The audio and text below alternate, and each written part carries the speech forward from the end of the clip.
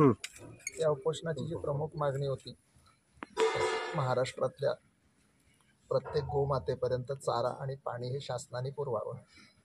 आणि त्या संदर्भात आपण गेली 11 दिवस 22 तारखेपासून आज 2 मार्चपर्यंत 2024 3 मार्चपर्यंत हे उपोषण चालू ठेवलं होतं.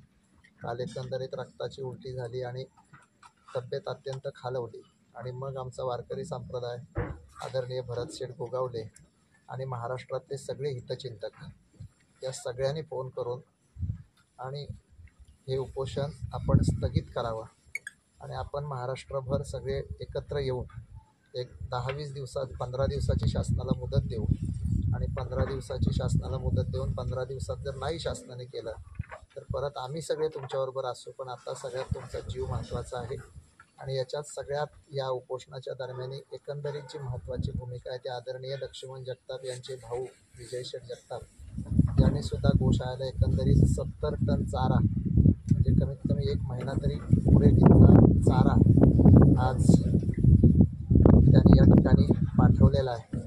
आणि जगताप कुटुंबियांचे सुद्धा मी खूप आभार मानतो. एकमेव असं कुटुंब आहे ते चाऱ्यासाठी आपल्या पाठीचं उभं राहिलं आणि हे आंदोलन स्थगित व्हावं म्हणून महाराष्ट्राचे संपूर्ण जगद्विख्यात असणारे कीर्तनकार विश्वनाथ महाराज वारिंगे आणि आदरणीय आमचे शास्त्रीजी या दोघांनी या ठिकाणी श्रीकांत शिंदेंजवळ ते काल बोलले.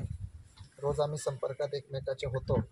भरतशेठ गोगावले यांच्याजवळ बोलले आणि महाराज आता तो निरोप घेऊन या ठिकाणापर्यंत आले आणि ते माझ्या गुरुस्थानी आहेत, माझ्या वडीलस्थानी आहेत आणि वारकरी संप्रदायाचा आदेश मी याच्या मागेही पाळलेला आहे, याच्या पुढेही पाळत राहणार आणि जो महाराजांचा आदेश असेल त्याचं पालन मी नक्की करेन.